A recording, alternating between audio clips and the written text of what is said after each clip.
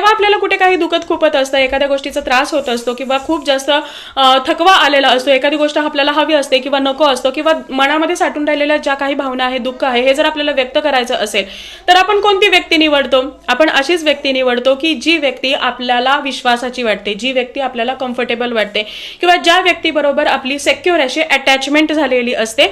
तो विश्वास त्या व्यक्तीवरती जर असेल तर आपण त्या सगळ्या भावना आहेत या त्या व्यक्तीपुढे व्यक्त करत असतो.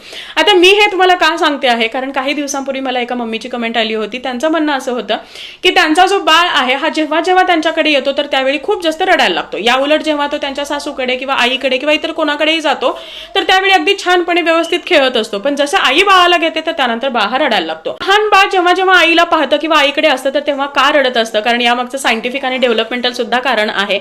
सगळ्यात पहिली गोष्ट म्हणजे बाळासाठी आई ही एकमेव व्यक्ती आहे की ज्या व्यक्तीसोबत त्याची सेक्युअर अशी अटॅचमेंट असते, किंवा ती व्यक्ती त्याला विश्वासाची वाटत असते, सेफ वाटत असते, एक कम्फर्ट ती व्यक्ती बाळाला देत असते.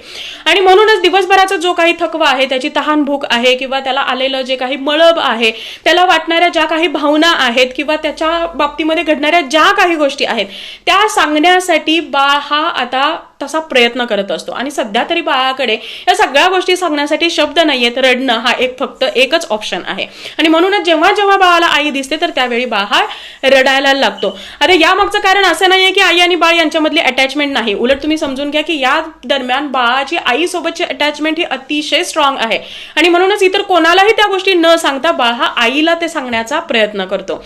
यामागचं डेव्हलपमेंटल कारण असं आहे की 6 ते 12 महिन्याच्या दरम्यान बाळामध्ये एक सेपरेशन अँझायटी येते. म्हणजे जेव्हा जेव्हा आई सोडून इतर व्यक्तींकडे बाळ जात असतो तर त्यावेळी बाळाला थोडंसं अनसेफ फील होतं, अनकम्फर्टेबल फील होतं, बाळाला तिकडे जायचं नसतं किंवा बाळाला तेवढं सेफ वाटत नाही. भले बाळ हा इतर लोकांबरोबर खेळत असला तरी सुद्धा जेव्हा आई त्याला दिसते तर त्यावेळी त्याची ही जी काही भीती आहे, हा जो काही एक त्याला अविश्वास वाटत होता किंवा इनसेक्युअर फील होतं, तर त्या सगळ्या गोष्टी तो आईला सांगण्याचा प्रयत्न करत असतो. आणि हे अर्थातच तो रडण्यामधून सांगत असतो. आता यामध्ये घरातल्या इतर लोकांचा खूप मोठा रोल आहे. बाळ आईकडे गेल्यानंतर रडतो म्हणून पटकन बाळाला आईपासून सेपरेट अजिबात करायचं नाही. त्यांना आई आणि बाळ यांना थोडा वेळ द्या.